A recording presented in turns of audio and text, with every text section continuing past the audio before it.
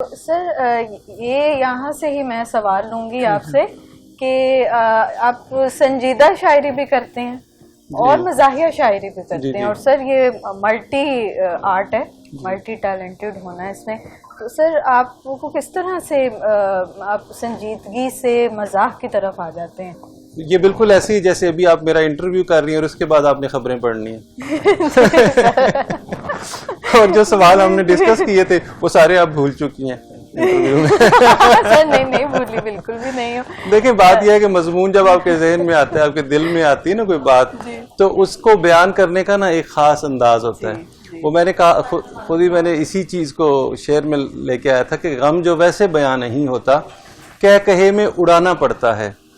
زیست circus ہے اور circus میں بن کے جوکر بھی آنا پڑتا ہے۔ تو یہ سارے ہر شاعر مزاح گو شاعر بھی ہوتا ہے۔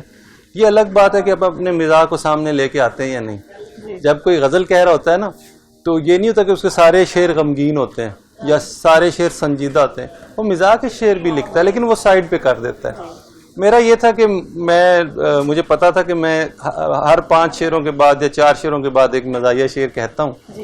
تو پھر میں نے سوچا کہ مزاح پہ محنت کروں، اس کو الگ رکھوں سنجیدہ شاعری سے، اور پھر اللہ کا شکر ہے میرا سنجیدہ شاعری میں بھی لوگ پہچانتے ہیں اور بطور مزاح گو شاعر بھی مجھے لوگ پہچانتے ہیں۔